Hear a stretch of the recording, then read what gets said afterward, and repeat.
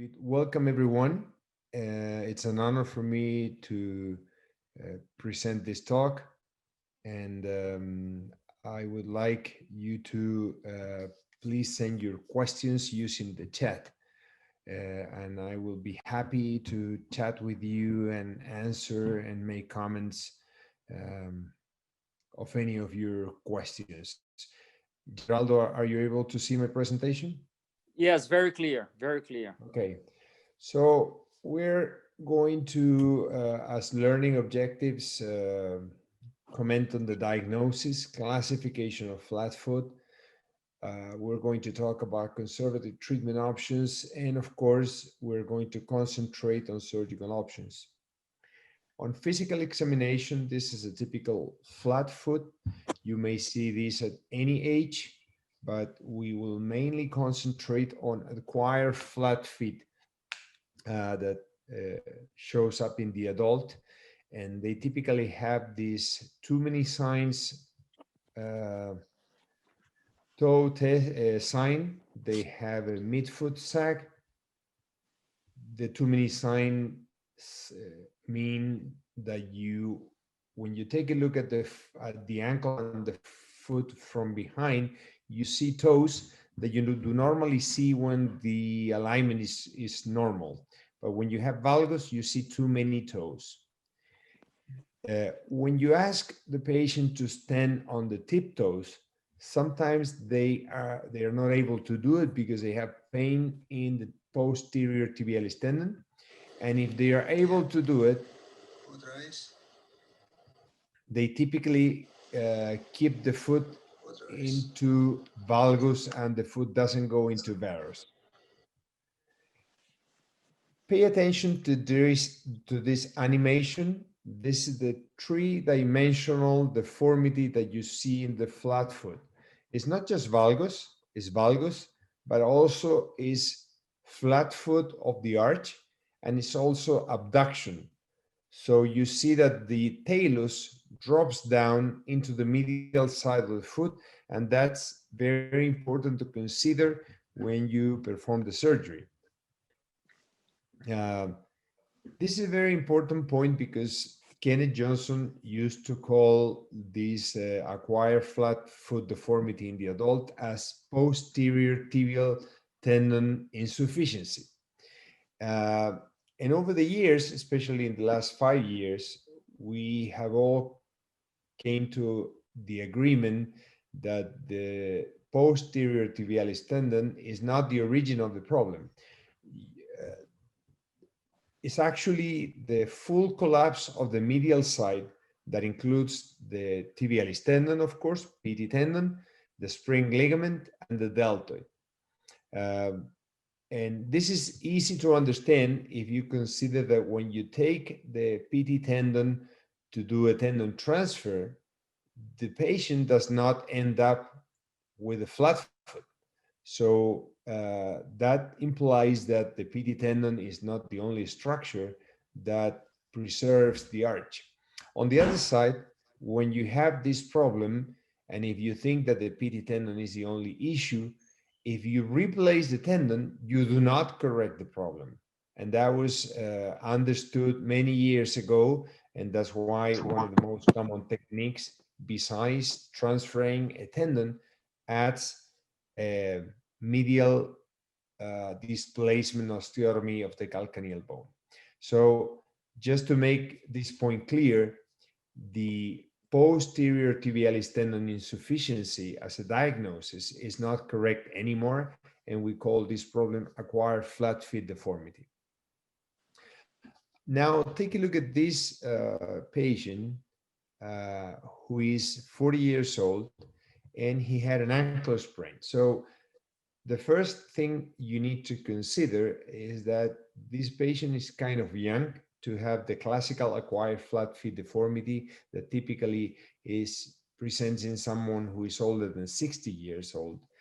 And the other thing that is a little bit suspicious is that this deformity is just 10 months old and after an ankle injury. So even though we have the same signs, this patient is going to be able to correct the deformity when he activates the PT tendon. So in this patient, the PT tendon is normal. So what is wrong with this patient? This is a medial side injury that at this moment is just a deltoid injury. So this is a completely different scenario to the case I showed before, in which the whole medial structures were destroyed. This is another case that I have seen very commonly, even in orthopedic surgeons, and they tell you that they are runners, they practice sports, and all of a sudden they experience that the arch is progressively collapsing. This is a 30 years old patient, even younger than the other one. They may have like a sudden injury, a mild injury, or it may be absolutely progressive. So this is what it looks like when they do not activate the tendons. It looks a little bit different compared to the other one. The last case I show you had a valgus deformity in the hindfoot, in the ankle. Now you see the deformity is more or less at the talonavicular joint, like close to the midfoot. So it's a little bit different compared to the other one. And when this patient activates the PT tendon, the deformity is fully corrected. So please don't be fooled, because some of these patients, when you send them to take an X-ray that should be weight-bearing X-ray, the guy who is taking the X-rays asks the patient to stand straight. So when he receives that instruction, the patient typically corrects and looks like here on the right side. So the X-rays are not going to show the deformity. So you may be fooled or confused with what you're seeing. So besides making sure that you're asking for the weight-bearing X-rays, make sure that the weight-bearing X-rays are taken in his relaxed position and not in the corrected position.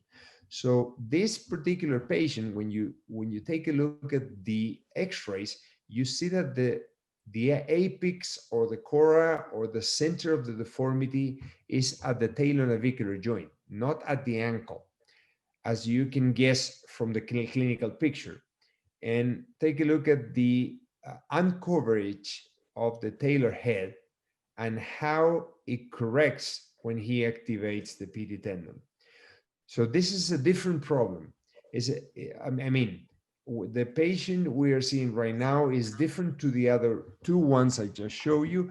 Here, the sag is at the talonavicular joint. Look at the lateral X-rays. It's the same situation. The sag is very specific at the talonavicular joint.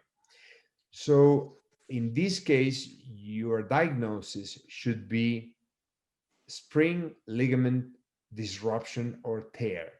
So we have seen a patient that has full collapse of the medial structure, another one with collapse of the deltoid, and this one has a collapse of the spring ligament. So that tells you that you can have different injuries on the medial side separately, or they can be combined or all together, like in the first case. To make it even more confusing, I have shown this case many times, even to the most renowned experts in the world. And everyone says, well, this patient has a typical flat foot with valgus. And I guess you will all agree with me that this is a typical flat foot. But when you take a closer look, this is a valgus, but take a look at the arch. Is it flat? It's not flat at all. It's actually a cavus foot with valgus deformity. So of course, if you have a case like this, you may never plan to perform an Evans osteotomy to correct this, because you will correct the valgus deformity, but you will also increase the cavus deformity.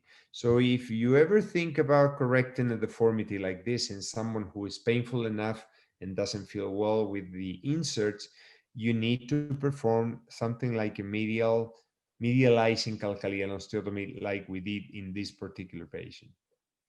So that's why I wanted to insist in the diagnosis, because some of you may still use the name of posterior tibialis insufficiency, and you will see it written in many papers. But in the last few years, we have changed, and we have called this acquired flat foot deformity, and we need to investigate where is it coming from, what structure is destroyed, and then if you have to perform any surgery, you need to reconstruct specifically what is wrong.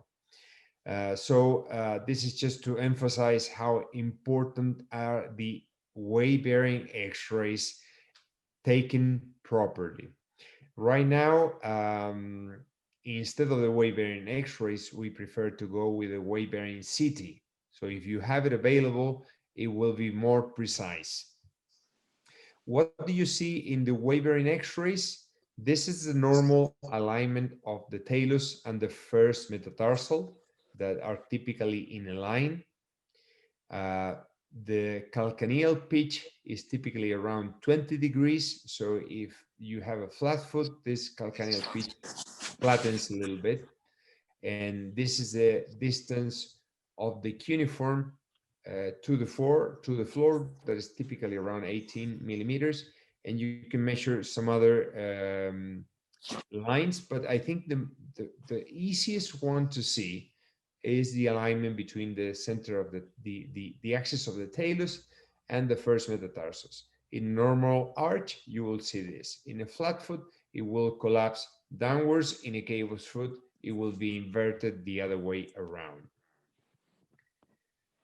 You can also measure the angle between the talus and the calcaneal bone that is typically between 25 and 40 degrees.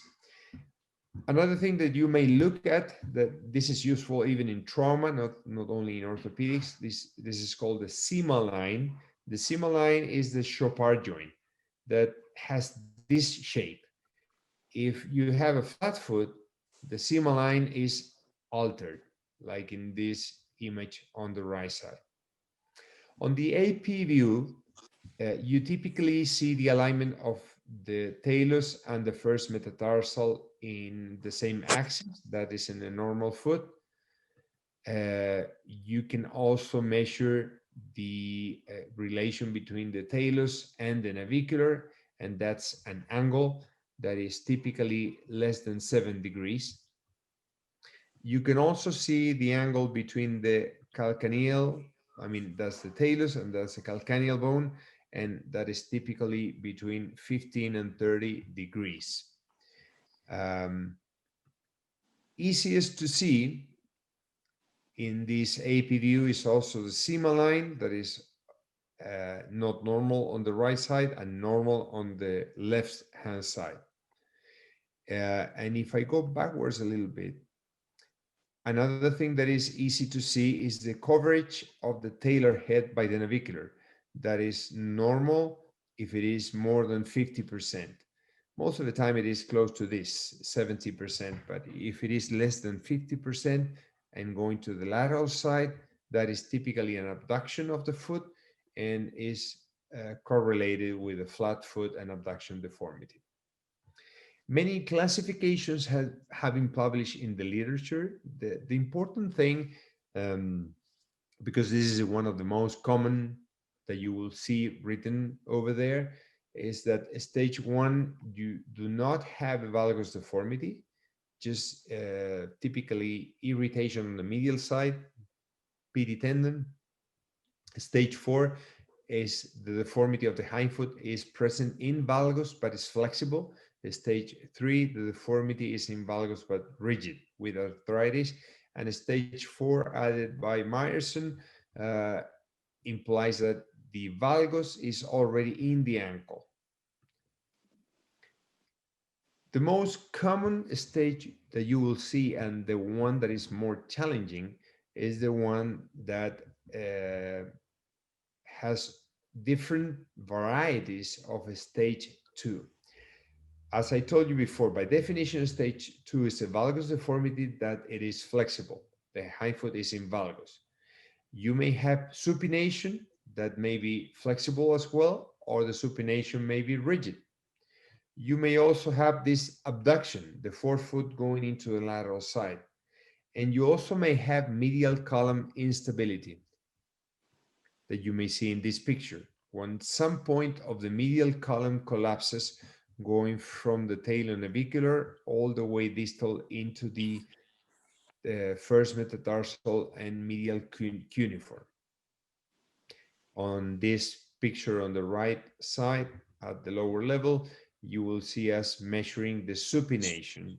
In this case, the supination may be flexible or rigid. We're still talking about stage 2, flexible valgus deformity. This is a case in which we have a collapse of the medial column. You see the navicular cuneiform sag right here. It may be subtle, it may be not noticed on the AP view, but on the lateral view, you may see that the navicular and the cuneiform are not in the same line. They have an angle, and that's called a navicular cuneiform sag, as you see here. In this slide, I'm showing what you do with the supination to test if it is flexible or rigid. You correct the hindfoot with your left hand. Once the hindfoot is corrected, then you try to rotate the midfoot to see if the supination is flexible or not flexible. Once you have the diagnosis, you may try conservative treatment that includes rest, change of physical activity. People, you tell them not to run for a while, not to go for impact activities. They may swim, bicycle, they may train with bandages, elastic bandages, weights, whatever, but you typically tell them not to run or do impact activities. You may use physical therapy, proper shoes that hold the foot in the proper position so the subtalar joint is not so unstable. The perfect insert is what is called the UCBL insert. University of California, Berkeley lab or biomechanical lab. This specific insert is made of a more rigid material, so it is able to control the valgus deformity, as you can see in this picture. Even though this insert is a little bit thick and some people may not tolerate it well, some people notice a tremendous difference and they feel completely relieved of the subtalar and the medial hindfoot pain right away. Some people even tell you that they are not able to walk barefoot, but when they put the insert, they feel absolutely comfortable and pain may even go away completely. To be honest, for most women, it's not very comfortable because they may need to wear tennis shoes or some footwear that is somehow not very aesthetic, not very nice to wear. So women do not really like this. Some people adapts to it very well, so it's something you need to consider. And if you do not have someone who is able to make this insert for you, please tell them to Google and they will find a way to make it. It's very easy. So any insert maker, any orthosist should be able to do it for you. Of course, you can try anti-inflammatories, and some people feel some relief if they wear some kind of high shoe, like a boot or something like that. And they feel some relief even if they wear an ankle brace or just an ankle bandage or taping or elastic socket or something like that. So you should include all these options, and I think every patient will benefit from conservative treatment. Some of them completely and for long term, some of them just partial, and some of them will not experience any benefit. And those are the patients in which you need to consider surgical solution. As I told you before, once that Kenneth Johnson identified this problem, he thought that everything came from the PT tendon. So he tried to reconstruct the PT tendon with a flexor digitorum longus, and he didn't notice complete solution of the problem.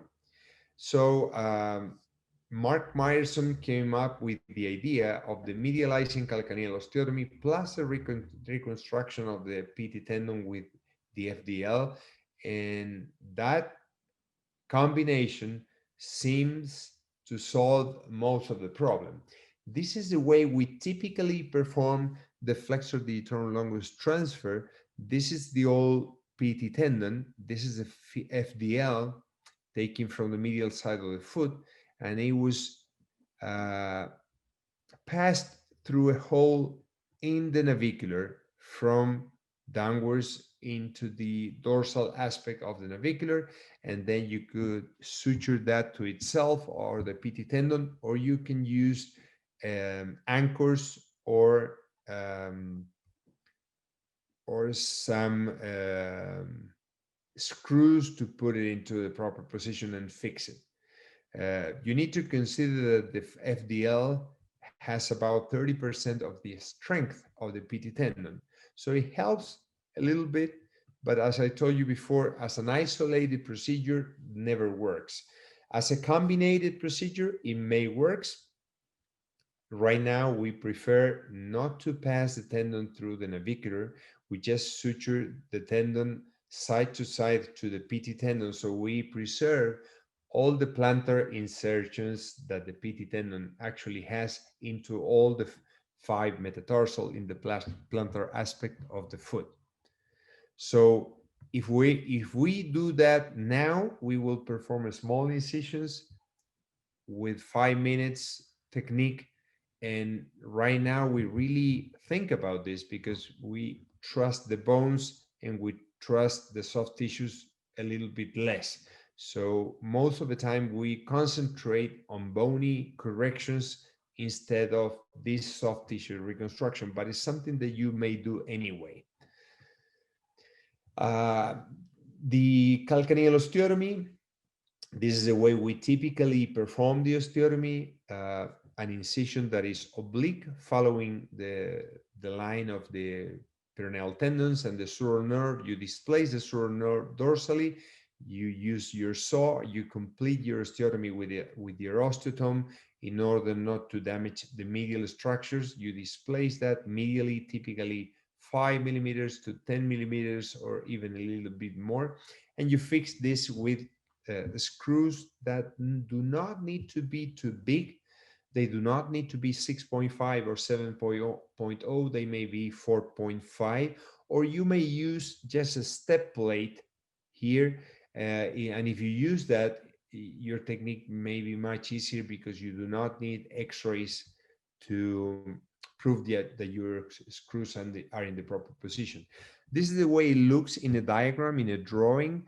So you displace to the medial side the posterior tuberosity of the calcaneal bone, and you have this step that you can impact or remove it with a ronger, whatever you want to do. This example is showing a more aggressive displacement. You can see how aggressive you can be when you displace up to 50%, and that has a big correction power. For these cases, these kind of screws that the company has are ideal. If you compare with these screws typically are prominent on the heel. That is not a very comfortable area to have a prominent screw. So it's better to have a headless screw that achieves good compression, easy to use, and as I told you, you may use a 7.5, but if you want to use 2, you may have to change to a smaller size. This is an example treated that way with the medializing calcaneal osteotomy plus the FDL tendon reconstruction, and you can see how the alignment is corrected. Some of these patients, since they have valgus deformity, they also have a retraction of the Achilles, um, and the gastroc. You may lengthen using the whole technique, minimally invasive percutaneous lengthening of the Achilles, stroyer at the middle of the leg, or what I would do right now is lengthen, cutting the white fibers of the medial gastroc um, behind the knee, which is a very straightforward technique that just needs 2 centimeters of incision, and it takes about 10 minutes or less. What if you have abduction? If you have abduction, and this drawing uh, explain what is going on to you, as I told you, this is a triplanar deformity. You have a flat foot, you have valgus deformity of the hindfoot, and you have abduction. And the abduction is related to a shortened lateral column. So if you add or if you lengthen the lateral column, you're able to correct the abduction, and at the same time you correct the arch and the valgus deformity. The explanation for this is not absolutely clear, but one of the explanation has to do with the fact that the navicular is wider from plantar to dorsal on the medial side.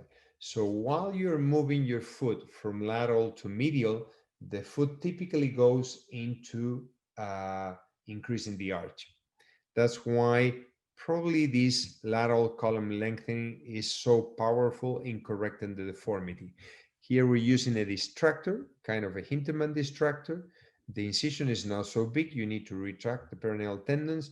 You open up the space with this technique and you put something inside. You can use bone graft from the iliac crest and allograft, or you can use wedges, like metallic wedges.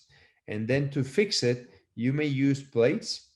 You may use these Evans specific plates that are very useful, because one of the issues is because this is under tension once you distract them. And if you put a plate with a wedge, it is automatically stable. So this is ideal. You need to put the plate in the proper position in order not to irritate the peroneal tendons. And if you do that, then you may use something like bone substitutes instead of autograft that has some morbidity, as you all may know. This is the way it looks after surgery. This is the way it looks when you use a screw, which is another type of fixation. Maybe more important than the type of fixation that you use is how you perform the osteotomy, because the classical Evans osteotomy was performed about 1 centimeter behind the CC joint at this level, between the medial and the anterior facet of the subtalar joint. Beth Hintermann came up with the idea of moving this osteotomy a little bit backwards, and backwards means between the medial facet and the posterior facet. And besides avoiding an articular area, the idea of performing this osteotomy more proximal has to do with the apex of the deformity. You're right at the apex of the deformity, so your correction power is stronger. And at the same time, you don't deal with a typical issue with the Evans osteotomy, that is that when you perform the osteotomy and you try to do the fixation, the anterior piece of bone is moving, is loose. So sometimes you need to fix it temporarily with a K-wire. If you move backwards, that problem typically does not happen. This is a case in which we perform the Hintermann osteotomy, which is not the classical Evans, it's a little bit more posterior. In this case, fixed with just a screw and a bone graft. And in this case, we also perform a surgery for the hallux valgus. In this case, a wedge was used. That is, most of the time is stable by itself, or you may use screws to fix it to the rest of the bone. And if you consider that this is not enough, you may add a medializing calcaneal osteotomy. This is what Um, it's called by Arthur Manoli the all-American way. So you do everything at the same time. The Evans osteotomy and the medializing calcaneal osteotomy, correcting the valgus and correcting the abduction at the same time. Another option you have is what is called, in general terms, the artrorhisis or artroeresis, in which you introduce an implant in the sinus tarsi or the sinus canal. This procedure was typically recommended for pre-adolescent kids, but over the years, it has become more popular as a complementary technique for the valgus or the flat foot deformity, and in some cases of a flexible deformity as an isolated technique. In my experience, for young kids, this is amazing. Take a look at this kid with severe valgus and flat foot deformity that corrects partially when she activates the PT tendon. We use the implants and take a look at the big difference you have in the shape of the foot and the symptoms. Another good example, this is a young boy with a severe flat feet. Of course, none of these patients got better with inserts and proper shoes. So it's a very small fraction of the patients who have a flat feet who end up in surgery. We use the same technique. And in this case, as I told you before, a typical flat foot may have a contracture of the Achilles tendon. We lengthen the Achilles at the level of the knee, performing the Baruch technique. And take a look at how this kid is walking 1 week. This is 1 week from surgery. Of course, he's not working normal. His walking is completely abnormal, but he's just 1 week from the surgery. And this is, you may all agree with this, this is completely different post-op recovery comparing to the classical Evans osteotomy or compared to a triple arthrodesis. So these kids, they typically go back to sports pretty soon. So it's an option that you need to consider, and the company offers you these arthrorhisis or arthroeresis screws that go into the tarsal canal that are very easy to insert. Typically we use local anesthesia under sedation. It takes less than 10 minutes to perform the whole procedure with a 2 centimeter incision. So it's something that when you talk to the parents and they see that the kid is not able to run, perform sports, and some of these kids even have pain during the day, which is something that is not tolerable at all. After you correct the high foot, you need to go back to the supination. If the supination is rigid, you may add a cotton osteotomy, which is an opening wedge osteotomy of the dorsal aspect of the first cuneiform to bring the supination into a plantigrade foot. In order to do that, you may also perform a lapidus fixation to bring the medial column down. That is typically the case when you have an instability at this joint associated with an hallux valgus. So instead of doing a cotton, you correct the medial column collapse, performing a lapidus, and you may use plates like this in order to do that. Even when you have a flexible flat foot, like in this a little bit overweight lady, you may go for a double arthrodesis, treating this stage 2 like if it was stage 3 deformity, like if it was rigid, because it's more predictable. So if you already face stage 3 treatment and you're going to perform an arthrodesis, the classical arthrodesis was the preferred technique, triple arthrodesis. But right now, it's very common that you may have different options, and you may fuse the talonavicular, the subtalar, or the calcaneocuboid, or isolated or in combinations. If you perform the lateral incision, that's the one that most commonly give you trouble. The dorsal incision, the dorsal medial, gives you less trouble. So you may try a different option, which is the most commonly used today, double arthrodesis using the medial approach that has several advantages.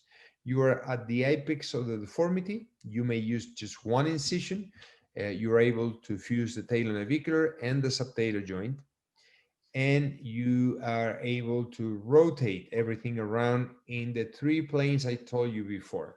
So once you bring the talus upwards and lateral into a proper position, and in order to do that, one very easy technique is to put a Hohmann retractor under the neck of the talus in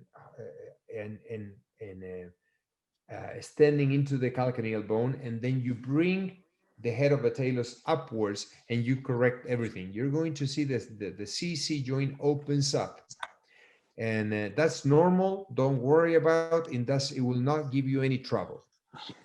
And with this small incision, you're able to fix the subtalar and then the talonavicular joint in any way you want.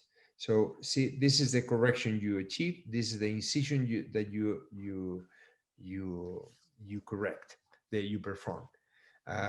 In some cases, as I told you before, you need to fuse the medial column. Try to fuse it where the instability is. In this case, at the navicular cuneiform area, it was performed a double arthrodesis plus a correction and an stabilization of the medial column. In some cases, when you stabilize the medial column, like in this case, everything correct backwards. So these are the typical case in which the hindfoot is the problem, but it's a problem that is driven because of a forefoot instability. In stage 4, you have a valgus deformity. Of course, you may do a pan-talar arthrodesis, a TTC arthrodesis that is very predictable, because some of these attempts to correct the foot may not work even if you do your best. So in those cases, even if the valgus deformity is flexible, you may have to use fusion to correct. But if you are bold enough and you trust yourself, you may try deltoid reconstruction options, like in this case, but they are not reliable. Take a look at what Haddad published and what Meyerson and Deland published, different types of allograft reconstruction for the medial side. And they concluded that they only works in 50%. So at this point, what we try to do is correct the alignment, trust the bone, and add something like this in case if it is necessary. Deltoid reconstruction by itself is not reliable. So try bony overcorrection and then add something. One thing that really works nice as a complement of your bony correction is the soft tissue reconstruction of the medial side using ILA, what Geraldo showed you before. You suture the ligaments like in a pants over vest fashion, tensioning the ligaments, and then you protect your reconstructions using these bands that cannot over lengthen. So ILA reconstruction for the medial instructions, you can design any configuration you want. This is one that corrects the spring ligament and the deltoid. So this is probably the most comprehensive configuration to reconstruct the ligament and the deltoid at the same time. This is basically done using these anchors that you may load with the tape. So you fix the anchors and the tape, and you pass the tape in the same anatomical position of the deltoid and the spring ligaments. If nothing works, you can do a TTC fusion. You have this very specifically and nicely designed fusion nail. You perform it in a very nicely way, and you can achieve nice compression, which is the key point in order to achieve fusion in these patients.